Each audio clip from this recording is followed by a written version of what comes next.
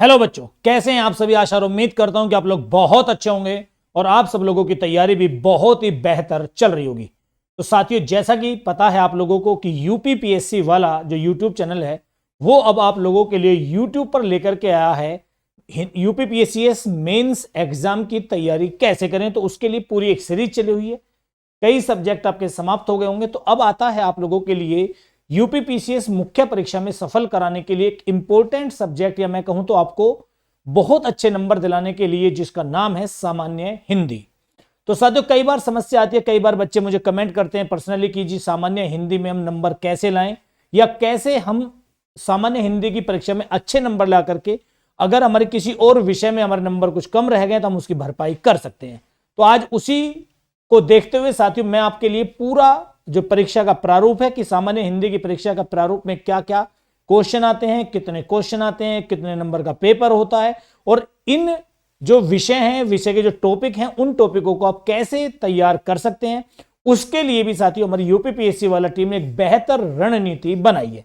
तो जैसा कि साथियों आप लोगों को दिख गया कि यूपीपीसीएस मेंस एग्जाम सामान्य हिंदी का जो आपका पेपर होता है, वो पेपर आपका कुल होता है 150 मार्क्स का, जिसमें टाइमिंग मिलती है आपको 3 घंटे की। तो सबसे पहले साथियों मैंने इसको आपको आसान भाषा में यह किया है कि आखिर पेपर आपका होता क्या, क्वेश्चन किन किन तरीके के आते हैं, तो इसको लेकर के हम चलते हैं। तो सबसे पहले हमें देखने को मिलता है कि जो सामान्य हिंदी का जो पेपर आता है उसमें क्वेश्चन हमारे 3 तरीके को देखने को मिलते हैं।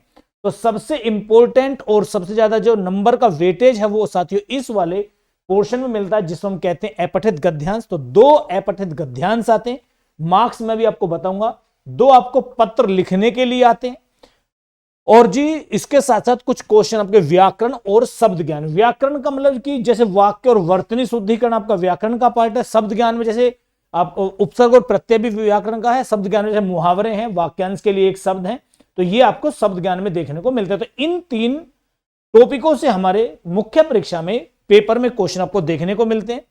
तो साथियों जो सबसे पहली बात आती है अपठित गद्यांश की, तो जैसा कि मैंने आपको पहले बताया कि अपठित गद्यांश आपके 2 आते हैं साथियों, और इन 2 को जो नंबर दिए हुए साथियों 150 में से 60 नंबर, 150 में से 60 नंबर आपको साथियों यहां देखने को मिलते हैं। यानी कि लगभग 40% हम कह सकते हैं कि आपको देखने को मिलते हैं साथियों। अब हम बात करें आपके ये कि अपठित गद्यांश, अब देखो बच्चा साथियों सबसे ज्यादा जो देखने को मिलता है किसी भी प्रतियोगी छात्र की समस्या वो यही मिलती है कि बच्चा हमेशा मेंस परीक्षा में पत्र लेखन सर पत्र लेखन में ये आ रहा है, सर पत्र लेखन में आ रहा है, उस पर ज्यादा फोकस करता। बनिस्पत अगर हम यहां ज्यादा फोकस कर लें, जहां पत्र लेखन हमें देखने को मिलेंगे केवल 20 नंबर के, वहीं पर अपठित गद्यांश हमें देखने को मिलता है साथियों 60 नंबर का।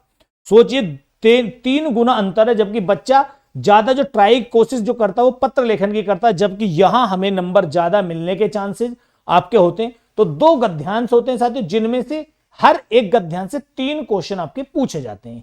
तो जो 2 क्वेश्चन होंगे वो 5-5 नंबर के होते हैं हर एक गद्यांश में, लेकिन एक क्वेश्चन जो होता है साथियों तीसरा क्वेश्चन, वो दोनों गद्यांशों में अलग अलग पूछा जाता है।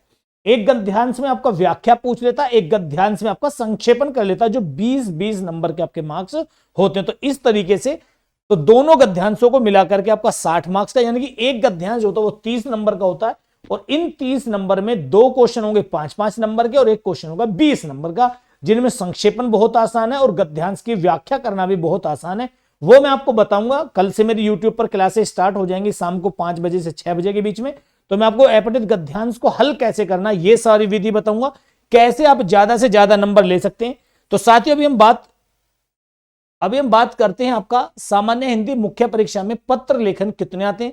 तो बेटा पत्र लेखन भी हमारे लिए देखने को 2 मिलते हैं, 2 पत्र लेखन हमें लिखने के लिए आएंगे, और इन 2 पत्र लेखन में लिखने के लिए साथ ही इनके जो नंबर की जो सुविधा है वो भी हमारी कितनी होगी 20 नंबर, यानी कि हर एक पत्र लेखन आपका 10 नंबर का हमारा होता है साथियों। कितने का, तो 20 पत्र लेखन होगा। अब इसमें पत्र लेखन में सरकारी, अर्ध सरकारी, तार, परिपत्र, अधिसूचना, विज्ञप्ति जो भी होती है, इनका मैं आपको प्रारूप भी बताऊंगा, और अच्छे से समझेंगे कि ड्राफ्टिंग हमें कैसे करनी है, किन शब्दों से बचना है, किन शब्दों का हमें प्रयोग करना है, ये भी हम बात करेंगे।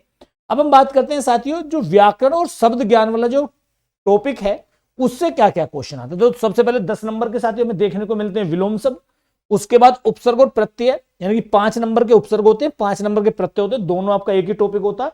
मतलब एक साथ ही पढ़ते हैं हम इनको अक्सर, तो 10 मार्क्स का होता है। वाक्यांश के लिए एक सब 10 मार्क्स का होता है साथियों। वाक्य और वर्तनी शुद्धिकरण, तो वाक्य शुद्धिकरण उसके भी 5 क्वेश्चन 5 नंबर, वर्तनी के भी 5 क्वेश्चन 5 नंबर बेटा। तो इस तरह के वाक्य और वर्तनी दोनों मिलाकर के 10 नंबर। इनमें जो सबसे ज्यादा जो वेटेज है वो है साथियों मुहावरे और वाक्य प्रयोग का, यानी कि 30 नंबर का। अब आप दिमाग लगाइएगा साथियों कि 60 नंबर के अपठित गद्यांश और 30 नंबर के केवल मुहावरे, यानी कि 150 नंबर में से 90 नंबर आपके, यानी कि 75% के आसपास हमें इन दोनों से देखने को मिल जाते हैं। तो मुहावरे में साथियों 10 नंबर का आपका आता अर्थ और 20 नंबर का आता वाक्य में प्रयोग, जो कि बहुत आसान है। तो मैं ये कह सकता हूं साथियों, अगर आपने थोड़ा सा टाइम दिया तो ये जो 70 नंबर का पेपर बैठता है, जिसमें विलोम शब्द, उपसर्ग प्रत्यय, वाक्यांश, वाक्यवर्तनी शुद्धिकरण, मुहावरे, और ये 30 नंबर आप आराम से गेन, मतलब 70 नंबर ही आप आराम से प्राप्त कर सकते हैं। बस थोड़ी सी तैयारी के साथ, जैसे आपको बताया जाए इस तरीके की आप प्रैक्टिस करते रहिएगा, आराम से आपका हो जाएगा साथियों। ठीक है, चलिए तो आगे चलते हैं। बात आती है साथियों कि सर सामान्य हिंदी मुख्य परीक्षा 100 प्लस की रणनीति ये आपकी कैसे हो, मतलब 100 प्लस की रणनीति, मैं तो ये कहता हूं कि 120 तक आप आराम से इसमें ले आओगे। तो इसके लिए सबसे पहले मैं आप लोगों को बता दूं साथियों कि कल जो आपका आने वाला कल है, यानी कि 22 तारीख से शाम को यूपीपीसीएस वाला जो यूट्यूब चैनल है जिस पर हम अक्सर क्लास लेते हैं अपनी, जिसमें अपने आरओ के लिए भी क्लास ली है, यूपीपीसीएस प्री के लिए भी क्लास ली है, तो वहीं पर आपको शाम को 5 बजे से 6 बजे हिंदी की क्लास आपकी स्टार्ट होगी साथियों। डेली आपकी क्लास चलेगी 6-7 दिन जो भी आपकी होगी, जब तक आपका मेंस एग्जाम नहीं होगा। तो सामान्य हिंदी की क्लास मुख्य परीक्षा की साथियों, मुख्य परीक्षा को देखते हुए कि मुख्य परीक्षा में आपका सामान्य हिंदी कैसे आपका पास हो, तो उसके लिए डेली आपकी 5 से 6 बजे, तो टाइम को नोट कर लीजिएगा। अब हम बात करते हैं साथियों कि हम इस क्लास में मैं आप लोगों को क्या क्या बताने वाला हूं और कैसे आप बेहतर कर सकते हैं। तो बेटा सबसे पहले आप, मैं ये कहता हूं कि जो बच्चे अक्सर सोचते हैं कि पत्र लेखन पर, मैंने जो हमारा खुद का अनुभव है वो यही कहता है कि पत्र लेखन पर आपका ज्यादा फोकस किया जाता है। तो हमें पत्र लेखन को साथियों साइड में रख देना, पत्र लेखन पर इतना फोकस बिल्कुल भी नहीं करना, मतलब करना है, मैं आपको बताऊंगा कि कैसे कैसे करना। तो लेकिन जो ज्यादा नंबर के टॉपिक हैं, जैसे अपठित गद्यांश हुए, जैसे हमारे साथियों मुहावरे, वाक्य प्रयोग हुए, ये और अपठित गद्यांश को हल करने की भी साथियों ट्रिक है जो मैं आप लोगों को बताने वाला हूं। बेटा क्या है, एक ट्रिक है, जो उस ट्रिक को मैं आपको बताऊंगा कि आप इस ट्रिक से इस अपठित गद्यांश में आप ज्यादा से ज्यादा नंबर हल कर सकते हैं। कितनी देर आपको किसी टॉपिक की थ्योरी करनी है, कितनी देर आपको किसी सब्जेक्ट की प्रैक्टिस करनी है, तो ये सारी चीजें मैं आपको इस क्लास में कराने वाला हूं। तो इसमें हमें साथियों डेली जो पढ़नी है वो आपकी थ्योरी करनी है। ठीक है, तो सबसे ज्यादा फोकस जो आपका होना, जो आपका स्कोरिंग सब्जेक्ट है साथियों, वो है हमारा, जो हमारा फोकस है साथियों, वो है हमारा क्या, अपठित गद्यांश साथियों। तो सबसे ज्यादा जो विशेष केंद्र है वो हमारा अपठित गद्यांश। तो इस वाले टॉपिक पर आपको पूरे फोकस करना है साथियों, किस पर, अपठित गद्यांश पर। ठीक है, तो जो होंगे साथियों 60 नंबर, तो यहीं पर साथियों आपको ज्यादा से ज्यादा जो हल करने हैं, सबसे ज्यादा फोकस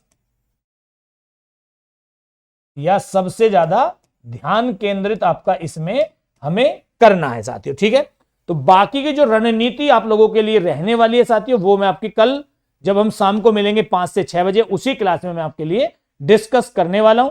तो जुड़ना नहीं भूलिएगा, सारी रणनीति बताऊंगा, थ्योरी कैसे करनी है, प्रैक्टिस कैसे करनी है, शब्द ज्ञान में आपका वाक्य वर्तनी शुद्धिकरण कैसे करना है, वाक्यांश के लिए एक शब्द कैसे करने हैं, मुहावरे और वो कैसे करने, तो उन सबको लेकर के साथियों मिलेंगे हम कल शाम आपसे। तो तब तक के लिए धन्यवाद। जय हिंद, जय भारत।